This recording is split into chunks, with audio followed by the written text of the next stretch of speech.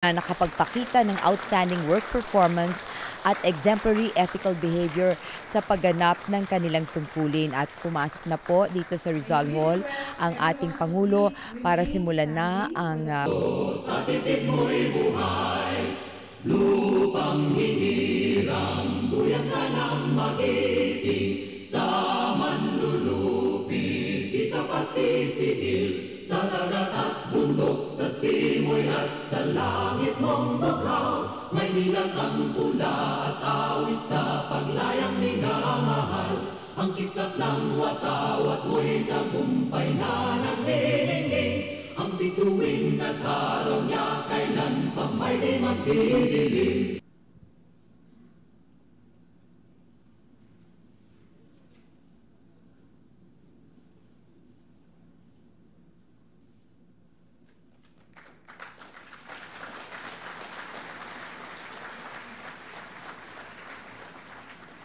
Drive that reversed the fortunes of a flagging public utility facility.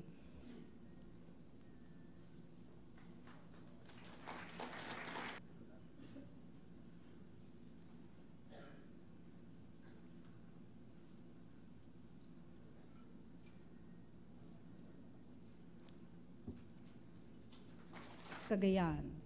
The group is composed of Rose Mary G. Aquino, of the water system of 5 municipalities of Ilocos Norte. Maria Elena T. Cagioa, Judith F. Espiritu, Freddy J. Felix, Lionel P. Limhauco, LCC Molina, Tessie E. Navarro, Maribel C. R. Abiog, Cruzaldo B. La Peña, Imelda M. Fajardo, Aurelio C. Lacambra, Erickson D. Sanchez, Joseph Van R. De La Cruz, Leoncia S. Tolentino.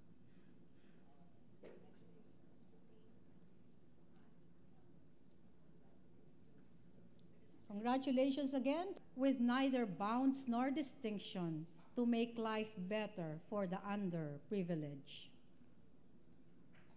constituents.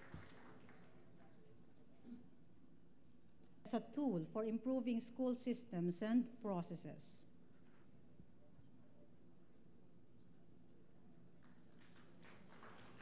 Thank you. Celia. Not private sector at bigas. Dahil dito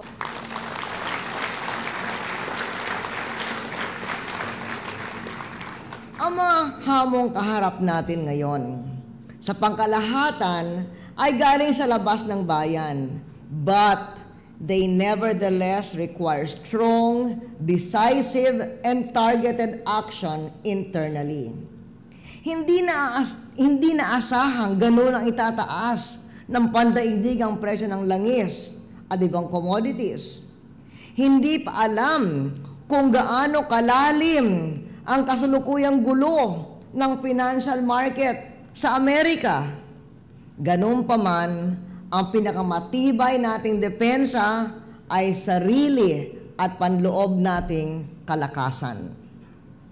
Bagamat magandang balita, mahigit na umaasa tayo sa sarili at pinanghahawakan ang sarili nating kapalaran sa ekonomiya.